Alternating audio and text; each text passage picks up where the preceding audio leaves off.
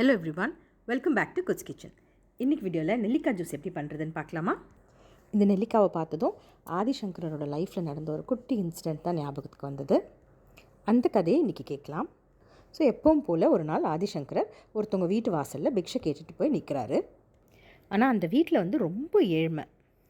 அவங்களுக்கு பிக்ஷை கொடுக்கறதுக்கு கூட எதுவும் ப்ராப்பரான ஃபுட் கிடையாது.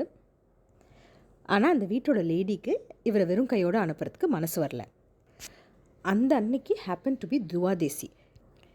ஸோ அவங்க வீட்டில் துவாதேசி பாரணைக்காக கொஞ்சோண்டு நெல்லிக்கனி தான் வச்சுருந்தாங்க. ஸோ இவர் கேட்டதும் அந்த நெல்லிக்கனியை கூட அவங்களுக்குன்னு வச்சுக்காமல் அவருக்கு எடுத்துகிட்டு கொடுத்துடுறாங்க. அண்ட் ஆதிசங்கருக்கு அவங்களுடைய நிலைமை நல்லா புரியுது.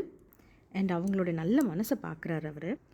அவங்களுக்கே எதுவுமே இல்லாத சமயத்தில் கூட வேணும்னு கேட்டு வரவங்கள வெறும் கையோடு அனுப்பக்கூடாதுன்னு அவங்க நினச்சதை மெச்சி அவங்களுடைய அந்த ஏழ்மையை போக்கணும்னு நினைக்கிறாரு. ஸோ அவங்க வீட்டு வாசல்லே நின்று மகாலட்சுமியை வேண்டி ஒரு பாட்டு இயற்றி பாடுறாரு. அந்த பாடல் தான் கனகதாரா ஸ்தோத்திரம்.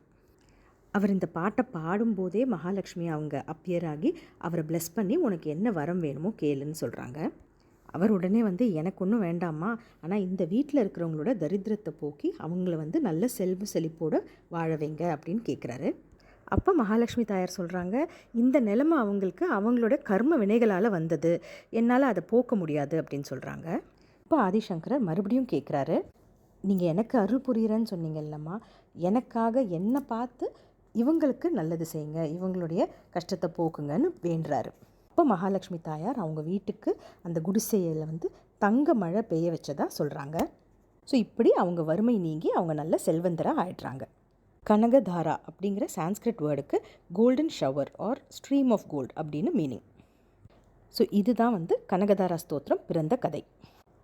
I hope all of you enjoyed watching this video and listening to this beautiful story. Thanks for your time. Have a great day.